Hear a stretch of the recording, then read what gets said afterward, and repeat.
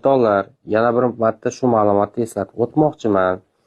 O'zbekistonda maishiy iste'molchilarga, ya'ni aholiga elektr va gaz hisoblagichlar kimi hisobidan qo'yiladi degan savol juda ko'p chalkashliklarga sabab bo'lyapti. Bilib qo'yinglar.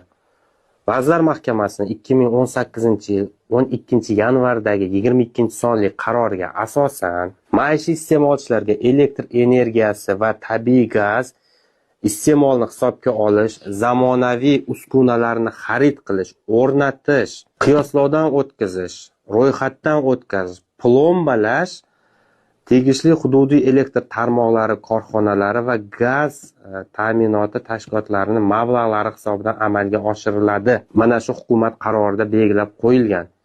Endi joylarda elektr korxonalari va gaz korxonalari tomonidan, uni xodimlari tomonidan bor o'zing hisobingdan sho'chik sotib ol, bor o'zing hisobingdan o'tkiz va hokazo degan shunaqa vajlar keltirilyapti.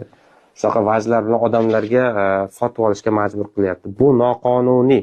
Agar sizdan shunaqa narsa talab qilinayotgan bo'lsa, shu zahoti yana eslab qoling. Vazirlar Mahkamasining 2018-yil 12-yanvardagi 22-sonli qarori bor. Mana shu qarorda aniq belgilab qo'yilgan, ya'ni o'sha ta'minotchi hisobidan bu ishlar qilinadi. Sizga shuni kimdir aytayotgan bo'lsa, marhamat qilib mana shu qaror doirasida huquqingizni